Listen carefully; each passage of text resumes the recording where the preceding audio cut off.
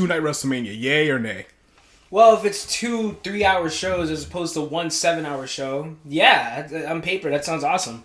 I mean, New Japan did 2 nights of Wrestle Kingdom. It was actually, at first I thought it would be like a little overwhelming, but then like they had some good ideas in the second night. And like, you know, a 2-night show what you do once a year is great as long as you top the first night on the second night in some ways. Like, for example, Wrestle Kingdom, the first night, the main event was the world title. And the second night, whoever won the world title fought the person who won the IC title. And they unified the championships. Yeah, there's a story there. Yeah, exactly. There's something interesting. There's a reason to have a second night after that blow-off. And, like, you know, the people who lost had, like, you know, what's the word I'm using? They use in tournaments when losers fight each other. There's a word that I'm not... I remember in those MLG Halos tournament, they will have the losers bracket. Yeah, exactly. So the losers will go on to face the winner of the... Yeah. Whoever won, whoever didn't lose. But there's a nicer word for it. I'm just forgetting it. Which I'll probably remember as soon as you, press the stop button on this podcast. Yeah. But yeah. You know, like, on paper, having a 2-night WrestleMania is actually kind of cool. You know, but the thing is, you know, it's just... I feel like they only did 2 nights because to make up for the fact that there wouldn't be no crowd. That they had to do something to get people interested. No, I think maybe it's that, but it's probably because they couldn't do TakeOver. Or they didn't do TakeOver. Well, they planned the 2-night thing before TakeOver was stopped. Wasn't it? I don't know. But one thing I know is there was no TakeOver, there was no Hall of Fame. So I guess that they just wanted to occupy the weekend, you know, as much as they could, because typically, right, they would do NXT and then the Hall of Fame, WrestleMania. So having WrestleMania on 2 nights is like, okay, we can't do Hall of Fame, we can't do TakeOver, so fuck it, let's have 2 nights. But I think that the 2-night thing worked for this particular WrestleMania because of the given circumstances throughout the world. So, and we're at home. So we're not, you know, you're not going to different shows, you're not going to whatever, you're home. So there's no real competition WrestleMania weekend.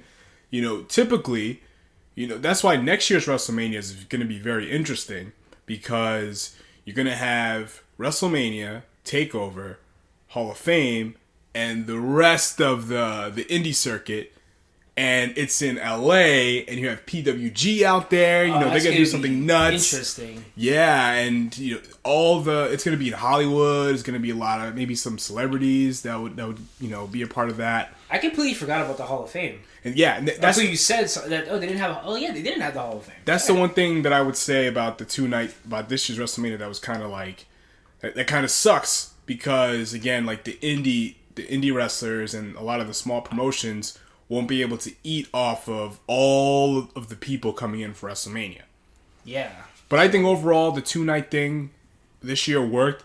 Next year, if they did 2 nights of WrestleMania, for me, because I want to go to other things. Like, I want to go to WrestleMania, of course. But I want to support, you know, the smaller companies and the smaller promotions and the indie wrestlers that are grinding. I want to support them as well. And plus, for people who can't afford WrestleMania, TakeOver is always a nice thing to go to. It's always more affordable than WrestleMania. No, well, yeah, but a little bit. Not like so much. Didn't you pay a lot less for the TakeOver New York tickets than you did for WrestleMania? I did. Well, it's at the Barclays Center, MetLife Barclays Center. Yeah. Yeah, but no, I mean for reasons like that is why TakeOver is and always... And WrestleMania weekend, that everything is spiked.